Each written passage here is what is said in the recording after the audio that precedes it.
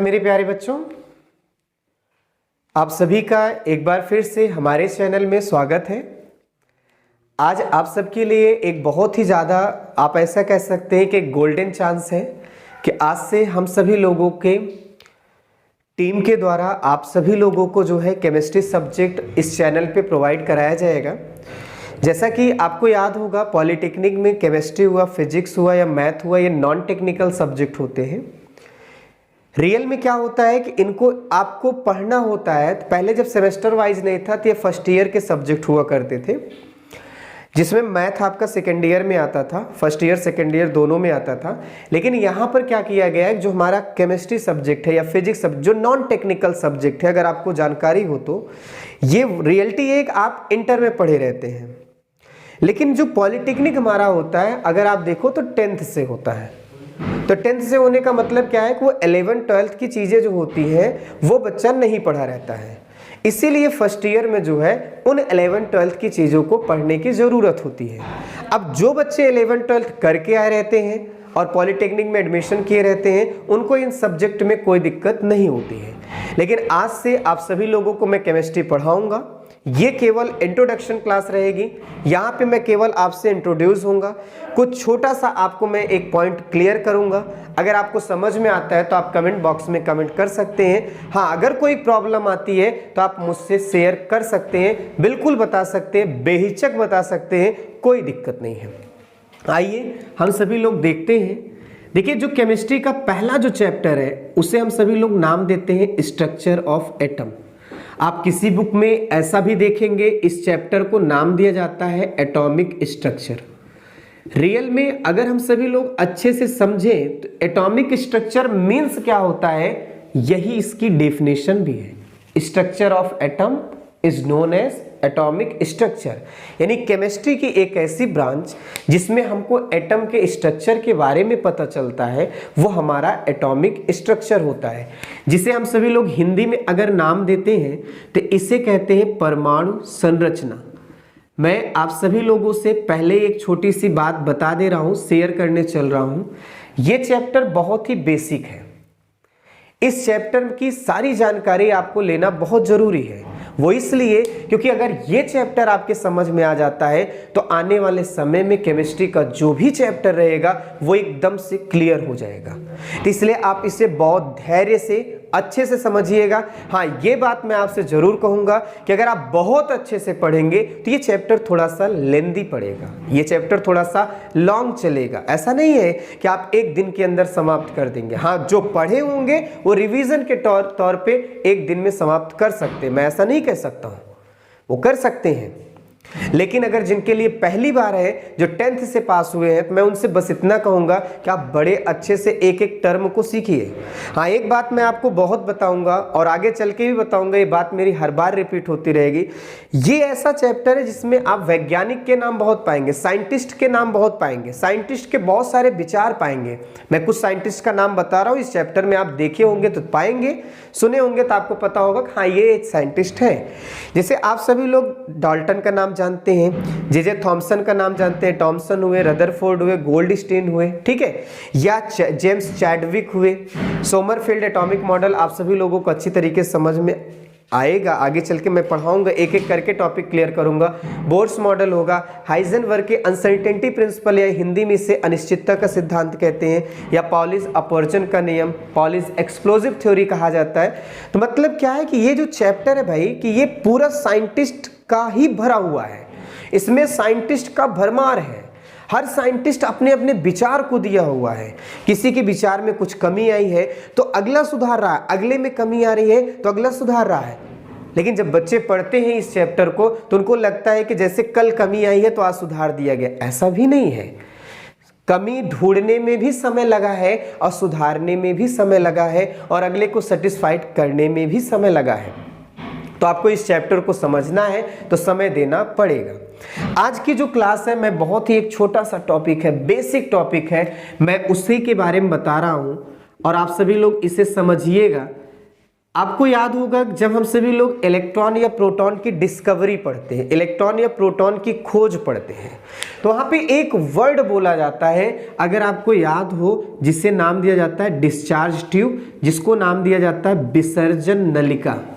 मैं आपको बता दे रहा हूं, जब आप सभी लोग 12th में पढ़ते हैं या 11th में पढ़ते हैं या आप कहीं पर भी पढ़े होंगे, तो कोई भी बताया होगा तो शांति से कहता है कि फला साइंटिस्ट ने एक विसर्जन नलिका लिया। बच्चों के मन में अक्सर ये डाउट रहता है कि विसर्जन नलिका होता क्या है। आज मैं उस डाउट को एकदम से क्लियर करना चाह रहा हूं। देखिए, विसर्जन जो नलिका होता है, इसे हम सभी लोग इंग्लिश में कहते हैं डिस्चार्ज ट्यूब। क्या कहा जाता है? Discharge tube. अगर हम इस ट्यूब की डेफिनेशन बताएं तो आप ऐसा कह सकते हैं कि जिस ट्यूब में, या एक ऐसी ट्यूब जिसमें इलेक्ट्रिक डिस्चार्ज फिनोमेना कराया जाता है। बात थोड़ा गौर करिएगा, एक ऐसा ट्यूब जिसमें इलेक्ट्रिक डिस्चार्ज फिनोमेना होता है, इलेक्ट्रिक डिस्चार्ज फिनोमेना को कराया जाता है, या ऐसा कह सकते हैं कोई भी ऐसी ट्यूब जिसमें वैद्युत विसर्जन कराया जाता है, हम ऐसी ट्यूब को क्या नाम देते हैं? विसर्जन नलिका कहते हैं। अब हमारा सबका मन ये कहता है कि मैं इस कॉन्सेप्ट को थोड़ा समझ लूं कि what do you mean about electric discharge. आप इलेक्ट्रिक डिस्चार्ज से क्या समझते हैं? अगर ये छोटा सा टॉपिक है तो मैं इसको क्लियर कर रहा हूं, बड़े प्यार से होगा, अच्छे से समझिए। आपको याद होगा हमारे सबके पास मटेरियल सॉलिड भी होता है रियल में, लिक्विड भी होता है, ये भी पता है, और गैस भी होता है। आपने सॉलिड और लिक्विड दोनों के फॉर्म में देखा होगा, हमको कंडक्टर मिलता है, चालक। कंडक्टर को हम क्या कहते हैं? चालक कहते हैं। आपने सॉलिड के फॉर्म में भी कंडक्टर देखा है और लिक्विड के फॉर्म में भी कंडक्टर देखा है। पूरा 11th 12th अगर आप पढ़े हो या हाई स्कूल भी पढ़े होंगे तो बताया जाता है कि जो हमारे पास मेटल होता है, जिसे हम धातु कहते हैं, वो एक तरह का क्या होता है? चालक होता है। एक तरह का क्या होता है? चालक होता है। लिक्विड की बात करें तो आपने देखा होगा जैसे NaCl को हम पानी में डाल दिए, उसका एक्वस ले लेते हैं, तो वो एक तरह का क्या होता है? कंडक्टर होता है। मतलब आपने चालक के रूप में सॉलिड और लिक्विड को तो खूब पढ़ा, लेकिन जब बात आती है गैस की तो वहां एक लाइन कह दी जाती है कि जो गैस हमारा होता है वो इंसुलेटर होता है।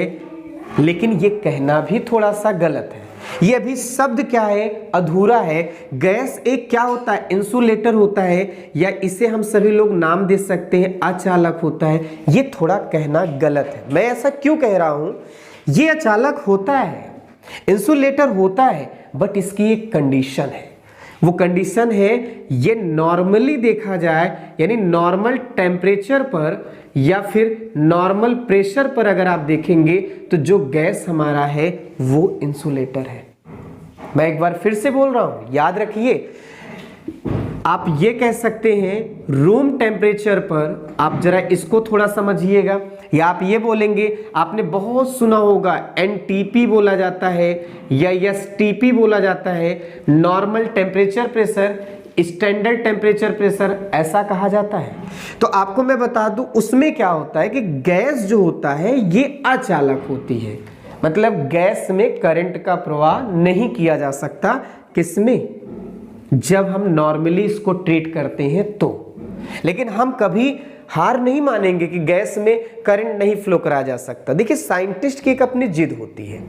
जैसे एक साइंटिस्ट ने कह दिया कि gas is a bad conductor for electricity at normal condition, it means normal temperature and normal pressure, gas can not conduct electricity. तो अगले साइंटिस्ट के मन में आता है कि मैं ऐसा खोज करूंगा, ऐसी परिस्थिति ला दूंगा कि गैस में करंट फ्लो करेगी। साइंटिस्ट मेहनत किया, मेहनत उसकी रंग भी लाई, तो एक उसने कंडीशन बताई, और वो कंडीशन बताई कि अगर किसी गैस को आप लो प्रेशर पर ट्रीट करेंगे, कैसे ट्रीट करेंगे? लो प्रेशर पर, तो उस सिचुएशन में जो गैस हमारी होगी ये इलेक्ट्रिसिटी को कंडक्ट कर सकती है। Gas can conduct electricity. तो बात थोड़ा गौर करिएगा कि लो प्रेशर पे गैस में बिजली जा सकती है। At low pressure gas is a conductor. आप ऐसा बोल सकते हैं, एट लो प्रेशर गैस हमारा क्या होता है? एक कंडक्टर होता है। तो वहीं पर एक प्रिंसिपल नाम दे दिया गया कि लो प्रेशर पर गैस में करंट का फ्लो होना एक इलेक्ट्रिक डिस्चार्ज फिनोमेना है। कौन सा फिनोमेना है? Electric discharge. तो आपसे इलेक्ट्रिक डिस्चार्ज कहे तो अब एकदम बेहिचक कह दीजिए, लो प्रेशर पे गैस में करंट का फ्लो होना क्या कहलाता है? इलेक्ट्रिक डिस्चार्ज कहलाता है। बात समझ पाए? आप याद रखना कि गैस एक क्या थी? बैड कंडक्टर थी नॉर्मली, बट लो प्रेशर पे, कम दाब पे गैस चालक का काम कर सकती है, और कम दाब पर गैस का चालक की तरह काम करना ये वैद्युत विसर्जन कहलाता है। और इसी फिनोमेना को जिस भी ट्यूब में आप कराएंगे वो डिस्चार्ज ट्यूब होती है, जिसे विसर्जन नलिका कहा जाता है। हम सभी लोग जब इलेक्ट्रॉन की खोज पढ़ते हैं, प्रोटॉन की खोज पढ़ते हैं, तो हमारा ये कहना होता है कि साइंटिस्ट ने विसर्जन नलिका लिया, लेकिन माइंड बड़ा कंफ्यूज रहता है कि आखिर विसर्जन नलिका होती क्या है। ये समझने वाली बात होती है। कॉन्सेप्ट समझ में आ गया? अब मैं आपको और भी एक छोटी सी चीज बता रहा हूं, आप उसको भी अच्छे से समझ लीजिएगा। वो अच्छे से समझने वाली बात ये है कि हम आपको विसर्जन नलिका बना के समझा देते हैं कि आखिरकार होती क्या है, या इसको बनाने में क्या क्या चीज़ें होती हैं, क्या क्या फिनोमेना होता है, उस सारी चीज़ों को भी आप अच्छे से समझ लीजिएगा। होता ये है, जो हमारे पास विसर्जन नलिका होती है, ये पायरेक्स ग्लास की एक ट्यूब होती है। पायरेक्स, थोड़ा सा आप समझिएगा, पायरेक्स ग्लास की ट्यूब होती है। मैं आपको एक बात बता दूं, पायरेक्स बड़ा मजबूत होता है, अगर गिर भी जाता है फर्श पे टूटता नहीं है। इसलिए हम सभी लोग जो कांच यूज करते हैं वो पायरेक्स होता है। पायरेक्स एक कांच है, ठीक है। तो आप बोल सकते हैं विसर्जन नलिका एक पायरेक्स कांच होता है, जो बहुत क्या होता है? मजबूत होता है, इसीलिए इसको यूज किया जाता है, ठीक है। अब हमारे सबके माइंड में क्या है कि इसमें गैस भरनी है, तो आप सभी लोग गैस भरने के लिए भी जगह बनाएंगे। दूसरी चीज, लो प्रेशर पे भरनी है, तो यहाँ सबसे बड़ा मुद्दा था कि हम कैसे प्रेशर को कम करें, तो उसको बड़े आसानी से सॉल्व कर दिया गया। कहा एक कट करिए, और कट करके आप क्या करिए? इसके अंदर की एयर को निकाल लीजिए। बात जरा थोड़ा गौर करिएगा। हम सभी लोग क्या करते हैं? कट करते हैं। कट करने के बाद यहां से निर्वात पंप जोड़ते हैं, जिसे हम सभी लोग वैक्यूम ट्यूब कहते हैं। क्या नाम देते हैं? वैक्यूम ट्यूब कहते हैं। इसको जब जोड़ते हैं तो अंदर की एयर को क्या कर लेते हैं? बाहर निकाल लेते हैं। और जैसे ही अंदर की एयर को बाहर निकाल लेते हैं, अंदर का प्रेशर कैसा हो जाता है? लो प्रेशर हो जाता है, कम हो जाता है। अब मन में आता है कि कितना प्रेशर कम हुआ, तो उस प्रेशर को मेजर करने के लिए, मापने के लिए यहाँ एक दाब मापी यूज किया जाता है, जिसे हम सभी लोग मैनोमीटर कहते हैं। यानी मैनोमीटर एक प्रेशर मापने का क्या होता है? यंत्र होता है, जिसके हेल्प से ये पता लगाया जाता है कि इसके अंदर हम जब एयर को निकालें तो एयर के निकलने से प्रेशर कैसे कम हो रहा है। अब आपके मन में आ रहा होगा एयर निकलने से प्रेशर कैसे कम होगा। आपको पता है एयर के पार्टिकल ही प्रेशर क्रिएट करेंगे। जब वो पार्टिकल ही निकल जाएंगे तो प्रेशर ऑलरेडी क्या हो जाएगा? कम हो जाएगा। अब कितना कम हुआ, इस बात को हम मैनोमीटर से देख के बता सकते हैं। समझ आया? फिर जब लो प्रेशर हो जाएगा तो इसमें हम गैस को क्या करेंगे? फिल कर देंगे। समझिएगा, तो गैस हमारी किस कंडीशन में हो गई? लो प्रेशर, जो करंट को क्या करेगी? कंडक्ट करेगी। अब करंट भी सप्लाई करने के लिए हमें चालक जोड़ने पड़ेंगे, तो इसके लिए इलेक्ट्रोड्स, उनको नाम दिया जाता है, रियल में उनको नाम इलेक्ट्रोड्स दिया जाता है। तो दो एल्यूमिनियम की प्लेटें जोड़ी जाती हैं। किसकी प्लेटें जोड़ी जाती हैं? एल्यूमिनियम की प्लेटें। जैसे एक ये है, और यहां पर भी दो एल्यूमिनियम की प्लेटें जोड़ी जाती हैं। इन प्लेट्स को हम सभी लोग क्या नाम देते हैं? इलेक्ट्रोड कहते हैं। एक को प्लस से जोड़ा जाता है, जिसे नाम आगे चल के आप देखेंगे एनोड कहलाएगा, और एक को माइनस से जोड़ा जाता है, जिसे हम सभी लोग क्या नाम देते हैं? कैथोड कहते हैं। मैं आपको बता दूं, इलेक्ट्रोड मतलब, ओड मतलब होता है एक जरिया, एक टर्मिनल, जिसकी वजह से इलेक्ट्रिक का लेन देन किया जा सके। बात समझ पाए? ये किसकी बनी होती हैं? एल्यूमिनियम की बनी होती हैं। तो आप कहेंगे दो एल्यूमिनियम का जो है प्लेट लगाया जाता है, जिससे इस ट्यूब में जो है हम करंट को क्या करेंगे? सप्लाई करेंगे। जिनमें एक को हम प्लस से जोड़ते हैं वो एनोड कहलाता है, और जिसको माइनस से जोड़ते हैं वो क्या कहलाता है? कैथोड कहलाता है। ये पूरा कहानी समझ में आ गया आपको? ये चीज आपके पास होती है। अब आपको करना क्या होता है? वही कॉन्सेप्ट है भाई। आप यहाँ एयर निकाल लेंगे, कम प्रेशर हो जाएगा, कम प्रेशर पे गैस भरेंगे, तो गैस में कम प्रेशर पर करंट को कंडक्ट करने की पावर होती है। इसी फिनोमेना को आप सभी लोग इलेक्ट्रिक डिस्चार्ज कहते हैं और ये जिस ट्यूब में ये कराया जा रहा है वो डिस्चार्ज ट्यूब है। अच्छा, मैं इसके बारे में कुछ और बात बताऊं तो ये ट्यूब बहुत बड़ी नहीं होती है, ये ज़्यादा से ज़्यादा आप याद रखिएगा लगभग मान के चलिए 50 या 60 सेंटीमीटर की होती है। अलग अलग बुकों में इसका अलग अलग रेट दिया गया, अलग अलग लंबाई दी गई है, तो एक एवरेज इसका ये है। और इसका जो डायामीटर होता है ये लगभग माना जाता है 60 to 20 सेंटीमीटर डायामीटर, मतलब बहुत ही ज़्यादा आप बोल सकते हैं ये लंबी चौड़ी नहीं होती है, नॉर्मली होती है। तो ये पायरेक्स ग्लास क्यों होता है, समझ है, मजबूती की वजह से। वैक्यूम ट्यूब का क्या रोल है, अंदर की एयर निकालो, प्रेशर कम करो, क्योंकि मुझे पता है कि गैस बैड कंडक्टर है सेम प्रेशर पे, नॉर्मल प्रेशर पे। अगर प्रेशर कम कर देंगे तो कंडक्टर का काम करेगी। तो आज के लिए बस इतना ही। मेरा ये उद्देश्य था कि आप सभी लोग डिस्चार्ज ट्यूब को समझो। बात समझ पाए? Thank you.